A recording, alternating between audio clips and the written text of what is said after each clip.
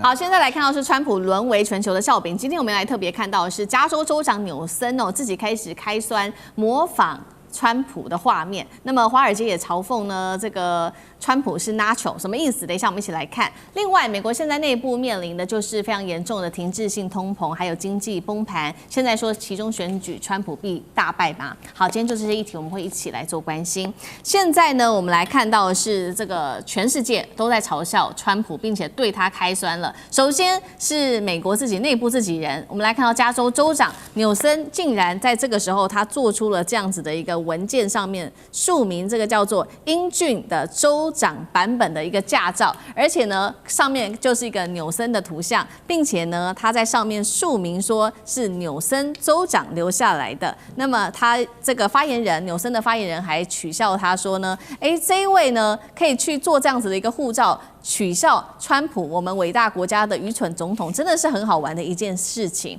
再来呢，华尔街的交易员也特别取笑了川普因为他现在给一个川普的绰号叫做 Nachos， 就是 Not a chance Hormuz opens， 不可能去打开荷姆兹海峡这样子的一个绰号，叫他 Nacho。那彭博的专栏作家也说呢，川普你不只是在荷姆兹方面他口之外，你在荷姆兹的政策上面根本就是反复无常啊。再来，我们就看到是川普到底发生什么事情了呢？他在一场白宫的记者会上面回答记者的问题的时候，是太累了，还是精神不太好，还是怎么样有出状况呢？疑似是混淆了乌克兰还有伊朗这个国家并且呢，他就声称说，乌克兰有159艘的舰艇全部都沉入水底了。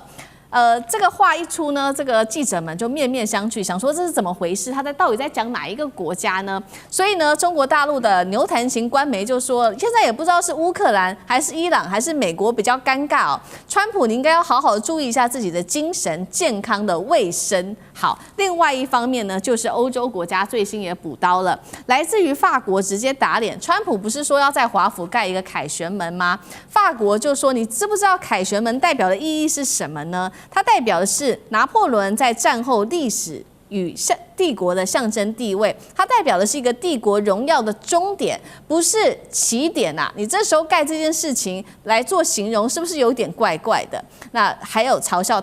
川普的人，还有伊朗的议长，他就说呢，川普的政府专门给垃圾建议，而且还很昂贵。好，节目一开始特别请教苑老师怎么看？现在全球都在笑川普，到底有多蠢？我跟你讲这个川普现在这个讲话把讲伊朗的事情讲成了乌克兰的这个事情，其实讲起来表面上不能够把它当成一个笑话看，因为美国现在这个民主党的国会当中要搞川普的，就要祭出美国的宪法第25条。如果宪法第25条是讲说，如果现任的总统他本身的身心能力有问题的话，要由副总统提案把他换掉。现在正在大家在游说这个范斯那目前要挑拨范斯那范斯不晓得为什么是最近都不太说话了，大家可以看得非常清楚。那么这个美国有这个川普这个总统对于美国长期的所坚持的民主制度是非常危险的，因为那个川普本身不晓得大家有没有注意到，这一次英国的查尔斯3世跑到美国的国会去演讲，在讲的时候，那个川普底下在发表评论的时候，他说一件事，就是说所有的民主党跟共和党都站起来鼓掌，然后民主党不会为我鼓掌就是说这个我得到的掌声没有这么大。然后那个 Bill Clinton 就克林顿总统就开始做评论，讲说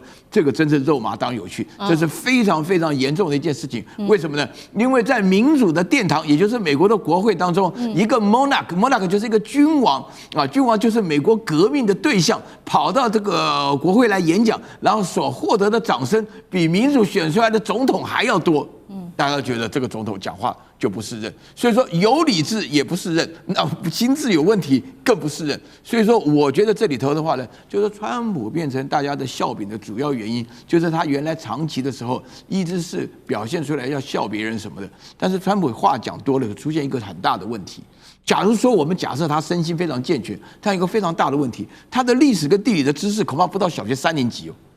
这不是开玩笑的。就你现在要川普讲出来说伊朗跟乌克兰有没有在同一个地方，他搞不好分不出来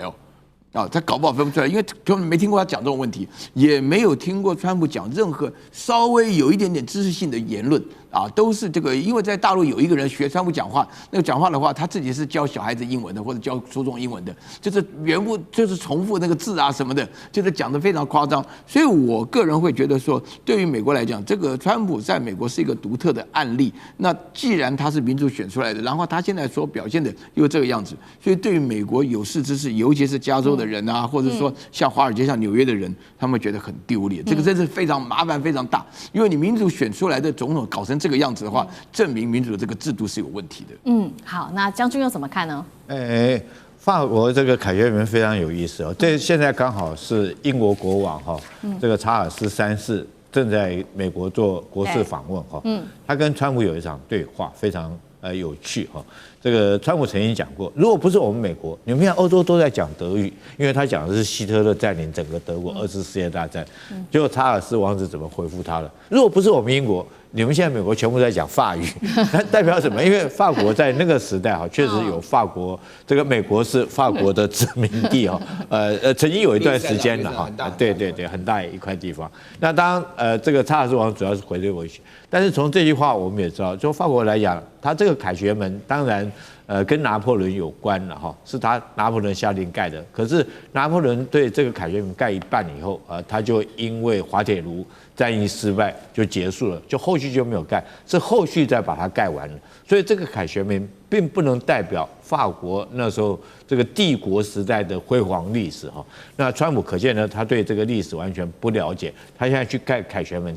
不想要代表的意义何在哈？那除此之外，我觉得川普有很多的疯狂的举动了，在我们都觉得那已经是要过世的人的后续的国民怀念这个伟大领袖才会做的动作。但是现在川普自己还活着，他都在做，那代表什么意思？第一个我举例，大家都还印象深刻吧？他要在他钞票上面、美钞上面要有他的签名，对不对？护照上面要有他的照片，然后军舰要叫川普级的，这个战机要叫 F-47哦，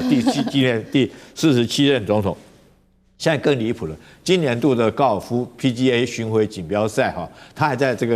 个赛场的门口立了一个2公尺高一个川普的铜像，让所有人来跟这个铜像合照。所以他真的是非常有自恋狂的人，每天晚上睡不着觉。老人家其实越是这种迹象，代表他这个年纪越大哈，因为年纪大，怕人家忘了他哈，所以他必须要做很多事情，让民众来怀念他这个总统。可是你说这个现在其实上对他最重要的是荷姆兹海峡这件事情哈。那当然我们都希望荷姆兹海峡尽早能够解除封锁，对全世界影响很大，因为能源如果被封锁住之后，就造成我们今天通货膨胀，全球都在通货膨胀。那包括美国的老百姓最受不了，他出门就要开车。他现在油价已经1加仑已经快要到$5了，对老百姓是绝对是受不了。可是你不将你的脑袋思考用在这个事情上面，只想要在你的这种人生上面，在一些枝微末节上面留下你的名字。那我们看到哈，这个如果说荷姆兹海峡现在封锁，真的就算开放了，你不觉得这场仗只是打了一个寂寞吗？原来就开放了，要不是你川普，也不会被伊朗封锁起来。所以我觉得这个反而是真的是取这个外号哈，对他来讲确实是一个讽刺啊。对，没错，川普现在不好好的这个检讨一下美国自己内部人民所面临的痛苦，却在这边非常的自恋，做了非常多的举动。那我们也来看一下，到底现在美国的民众到底有多痛苦呢？因为现在在经济上可以说，在美国内部是爆发很多的警讯。那我们由数字来做佐证。首先呢，消费者信心跌到49.8的历史新低。再来就是来自于 Lending Tree 的最新报告，他说受访的民众37%的受访者表示现金储蓄已经不到$500了，14%的民众是完全没有存款的，生活成本不断的飙升。那桥水的基金创办人这位是达里欧警告，美国进入停滞性通膨。将军怎么看？我认为这个川普他当初要打这个关税战、贸易战，他希望就是减少对国际市场的采购，多用国货，多用美国生产的来让美国的就业机会、就业人口还有这些劳工收入能够增加。结果没有啊，为什么？因为国外的东西便宜啊，你在国内生产，在美国国内生就是贵，而不见得管用。我们今天这个就违反了经济学的比较利益法，经济学比较利益法则，你便宜的卖给我们都便宜，我便宜的卖给你，你也便宜，我们两个都互利，对不对？大家彼此买对方便宜的，是这个样啊。那现在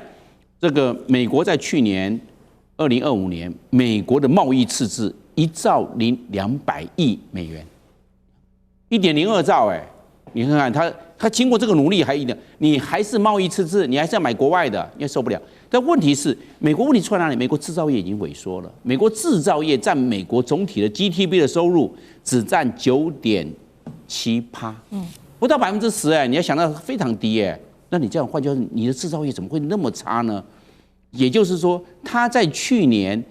美国全部的制造业的总产值是2.91兆美元，2.91兆。美国的这个全国总生产是28兆嘛，你一算就知道是9.7%了。所以美国是出在它的制造业萎缩了。那第二个问题出哪里呢？第二个，美国的储蓄率低，美国的储蓄率现在只剩下4%。月光族最多我没有钱，我花光了，因为我要交信用款，这是卡债，我要交贷款，房子、车子都贷款都贷款，我要交贷款。第三个，我要交保险，美国保险特别贵，你没办法，你这3个月你就没有了，我剩下就剩一点点了，因为你这个3个都交光了，你月光族所以美国的储蓄率只有4%。赚100块，你花了96块，只存4块。我们台湾储蓄率我们台湾储蓄率40%，你赚100块，你只花60块，你有存40块。当然我可能没有存那么多了，但其他人有钱在存得多是这样出来这个地方。另外第3个问题，美国最大的问题就美国国债太重，美国国债现在39兆，换句话说，你举债的空间越来越小。我本来说我筹码多，对我可以多补助，现在没办法补助，你国债那么高，你在补助什么？所以没有举债的空间越来越压缩了。因为补助的空间压缩了，大家自己想办法。对，所以美国是出在这3个问题，一累在一起，所以我们看到美国目前的这种停滞性通货膨胀就出来，大家少买一点，少花一点，就变成停滞性了。明白？因为大家没钱嘛。好，谢谢张将军。那我们休息一下，马上回来。地缘政治、美中之争、战略价值、强权崛起、